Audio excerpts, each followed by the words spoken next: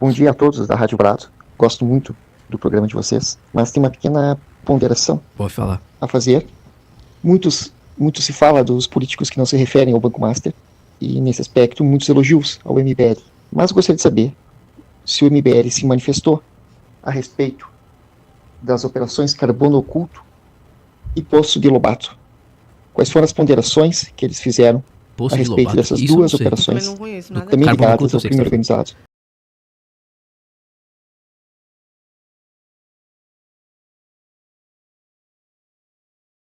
Olhava no fundo. O Beraldo, eu gosto muito dele, inclusive. Cristiano Beraldo. Ele é fantástico.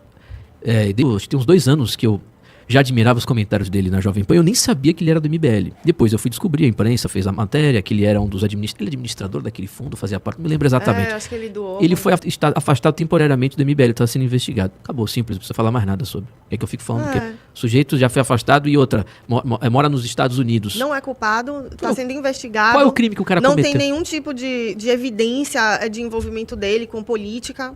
Ele ia ser candidato, se não me engano, não sei. Eu sei que ele era comentarista. Agora, assim que você falou do Poço aí, eu não sei o que é isso. Também não sei, deve ser ligado a ele também.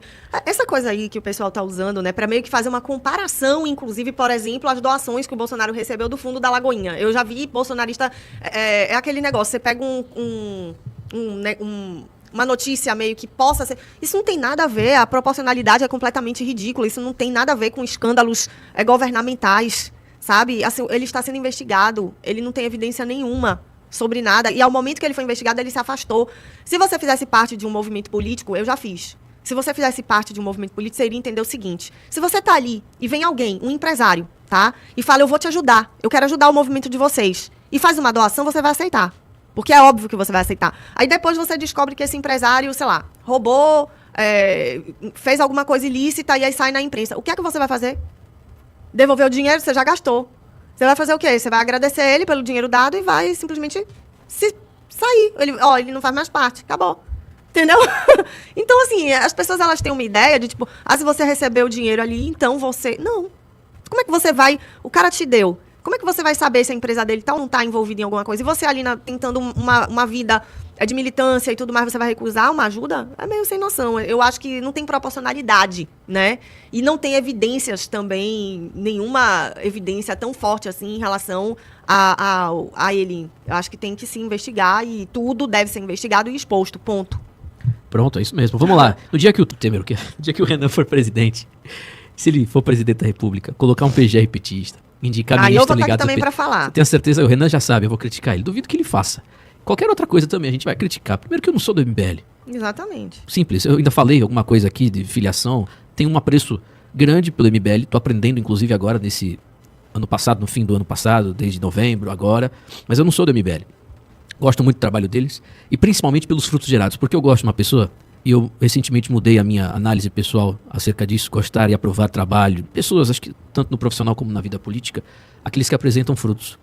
E fruto não é falar. Fruto não é prometer. Frutos são ações concretas. Pega os quadros políticos do MBL e veja os frutos dele. Ponto. Veja o trabalho, eu sempre cito aqui o nome dela, Vettorazzo. O trabalho dela como vereadora. Compare o trabalho dela com qualquer outro que se diz de direita lá na Câmara de São Paulo. Faça uma comparação do trabalho dela com o trabalho daquela cubana, do Piniquim. Faça essa comparação, faça a comparação do trabalho dela com o da Sonaira, a vereadora do Eduardo Bolsonaro. Faça a comparação.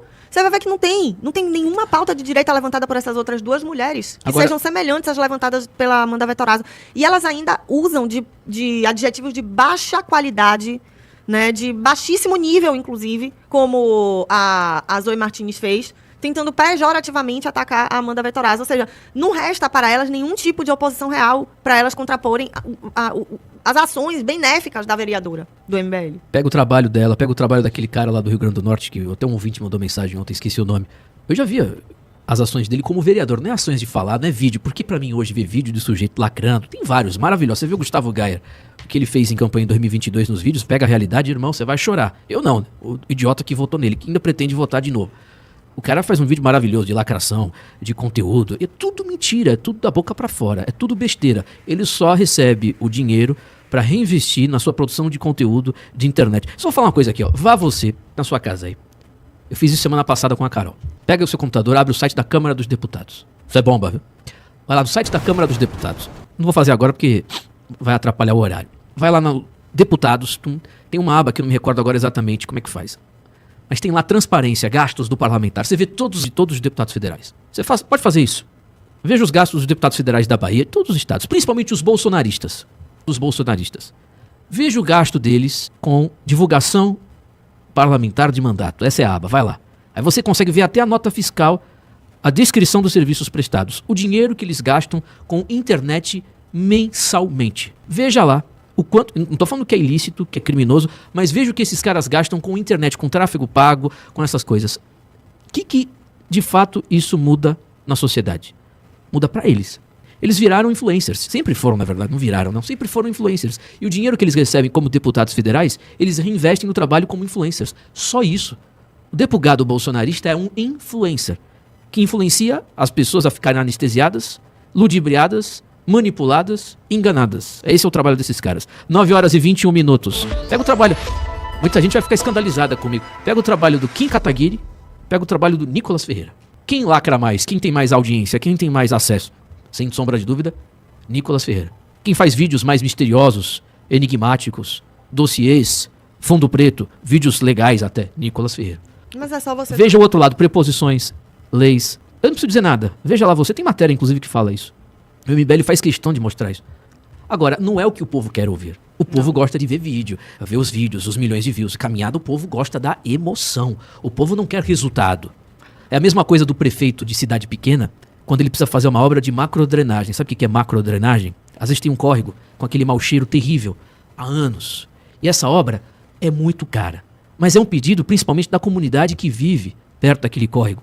Ele precisa fazer uma obra de macrodrenagem. Só que a obra de macrodrenagem, ela é subterrânea, obviamente. Você vai colocar aquele tubo, fazer a drenagem do rio, do córrego, aquele negócio todo. Ou seja, ninguém vai ver. Para fazer propaganda disso, nos dias de hoje você pode contratar uma mega empresa de publicidade, agência, influencers, né? Gastar muito dinheiro e olhe lá. O prefeito de cidade pequena, ele prefere fazer essa obra de macrodrenagem ou pintar a praça, inaugurar uma pracinha com instrumentos. Qual é o resultado positivo? Saneamento básico, a eliminação do esgoto, do mau cheiro, da limpeza, da saúde dos moradores ou a publicidade de uma praça, de uma orla pintada com equipamentos de academia? Qual que ele ganha mais votos? A filosofia do bolsonarismo hoje é puramente voto, lacração, não tem realidade efetiva. A obra do Kim Kataguiri, digamos, é a macrodrenagem do legislador. Ele faz muita coisa que as pessoas não veem, as pessoas nem entendem. Você vê as preposições do mandato dele, tem tudo certinho. Agora vê o outro, ele aparece, faz vídeos, milhões de pessoas, e muita gente vê ele dá entrevista no Pânico, e fala do Bolsonaro, as velhinhas, critica o Bolsonaro também pra galera antibolsonarista, todo mundo animando as torcidas, animando, passando a mão na cabeça de todo mundo, mas efetivamente, qual a utilidade do mandato do sujeito? Ele aprovou quantas leis? O que ele conseguiu de cobrança real, como parlamentar? Preposições, indicações, até emenda parlamentar, o que ele fez com esse dinheiro? Aí você faz a comparação, aí você vê na prática qual é o resultado. Mas brasileiro não quer saber. Brasileiro não quer saber da obra de macrodrenagem. Brasileiro quer saber da pracinha. É do meio fio pintado. Brasileiro quer saber da poda de árvores. Tá entendendo aqui? Eu tô fazendo alusão a um negócio para as pessoas entenderem. A realidade é essa. Para você ser político, isso que eu não quero ser político. Ser político, como o pessoal do Missão, é um trabalho forte e corajoso, porque eles não estão querendo a vitória, estão querendo defender o que eles acreditam de um Brasil melhor, pensando numa pequena parcela da população que entende os reais problemas do Brasil. Agora o sujeito, como um ratinho júnior da vida, ele tá cagando e andando para os ideais, para o que vai salvar o Brasil. Ele quer o poder. E se para chegar no poder ele tem que enganar, falar o que os outros gostam e depois agir de acordo com o que grande maioria das pessoas burras gostam, ele vai agir. Ele não tá preocupado com o Brasil. Foi a gestão Bolsonaro exatamente. Ele não tá preocupado com uma pequena parcela do movimento conservador que estava alocada no governo falando coisas para ele. Ele estava preocupado com o que os milicos imbecis diziam para ele e diziam que de fato era a opinião da massa. Sim. Quem se lascou no final? Ele mesmo e o Brasil. Essa é a realidade.